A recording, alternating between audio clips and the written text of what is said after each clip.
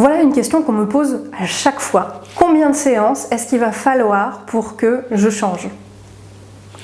Pensez à quelque chose là que vous voulez changer dans votre vie. Avec ce que vous connaissez de l'hypnose aujourd'hui, à votre avis, de combien de séances est-ce que vous avez besoin? En combien de séances est-ce que ce serait confortable pour vous de changer? Vous pouvez vous dire en entendant cette question que tout le monde va répondre une seule, mais c'est faux. Parfois les gens ont besoin de 3 séances pour changer parce qu'une séance c'est trop brusque. Et que quelque part, ils trouvent ça trop incroyable de changer comme ça du tout au tout. Pourtant ça arrive. Ça n'arrive pas à tout le monde et c'est pas ce qu'il faut attendre d'un accompagnement en hypnose, mais ça arrive. Alors combien de séances il vous faut pour changer? Eh bien tout dépend de vous. Vous allez peut-être me dire que si tout ne dépendait que de vous, vous n'auriez pas besoin de prendre rendez-vous avec quelqu'un. Et dans relation thérapeutique, le mot important c'est relation, parce que c'est en vous sentant bien avec votre praticien que vous allez pouvoir vous ouvrir et que vous allez pouvoir mieux travailler. Mais l'important est de toute façon ce que vous allez faire de tout ça. Utilisez tout parce que tout ce qui se passe est bon à prendre, même ce qui ne marche pas, ça dit quelque chose. Donc combien de séances? Moi je ne sais pas. En général, on observe qu'entre 2 et 5 séances, une même problématique peut être considérée comme réglée.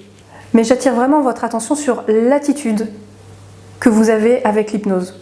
Puisque comme c'est quelque chose de rapide et efficace, souvent on a envie d'un coup de baguette magique, ça se passe pas comme ça, et j'imagine que si vous regardez cette vidéo, vous pensez pas vraiment ça, mais on peut quelque part attendre ça quand même. Il y a quelque chose que je trouve assez surprenant, c'est que quand quelqu'un veut aller voir un psychologue ou un psychiatre, eh bien, il accepte complètement que ça dure 10 ans, 15 ans, et d'aller le voir toutes les semaines. Et quand on va faire de l'hypnose, on attend que ce soit tout réglé en 1 séance, 2 séances. Oui, c'est rapide, mais c'est pas instantané. Le fait qu'une séance chez un hypnothérapeute soit un peu plus chère qu'une séance chez un psychologue ou un psychiatre n'est absolument pas à prendre en compte, puisque dans un accompagnement de plusieurs années, l'investissement financier et personnel que vous allez y mettre va être beaucoup plus important.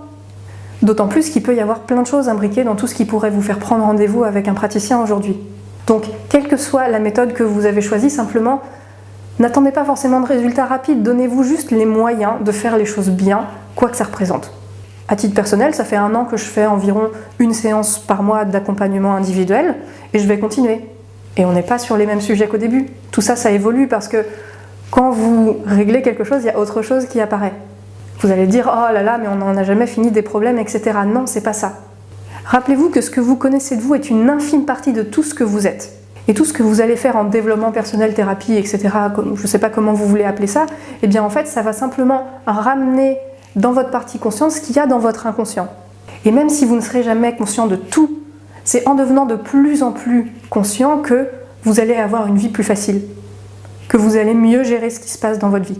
Vivre consciemment, c'est pas forcément aller gratter la merde, mais bien que si ça passe par là et que ça vous soulage après, eh bien autant que ce soit fait, sinon votre inconscient continuera à vous montrer dans votre expérience de vie ce qu'il y a en vous, puisque votre expérience, l'extérieur est le miroir de ce qui se passe à l'intérieur. Donc observez ce que vous vivez et dites-vous qu'il y a quelque chose chez vous qui a participé à créer ça. Alors oui, peut-être que pour une phobie des araignées, vous aurez besoin d'1 séance ou de 2 séances maximum. Un arrêt de tabac aussi, c'est rapide. Mais réfléchissez à l'attitude que vous allez mettre dans l'accompagnement et ce que vous allez en faire. Qu'est-ce que vous voulez et qu'est-ce que vous pouvez, vers quoi vous pouvez aller aujourd'hui. Pour terminer, je dirais que pour moi en tout cas, l'attitude la plus saine est de ne pas se poser la question de combien de séances. Quand vous prenez rendez-vous pour un accompagnement chez un psychologue, vous ne demandez pas combien vous allez faire de séances. Vous prenez les séances les unes à la suite des autres et puis quand ça va mieux, vous arrêtez. Le fait de vouloir une réponse à cette question, pour moi, va surtout mettre une pression sur le résultat. Et ça, c'est dommage parce que ça peut gâcher quelque chose.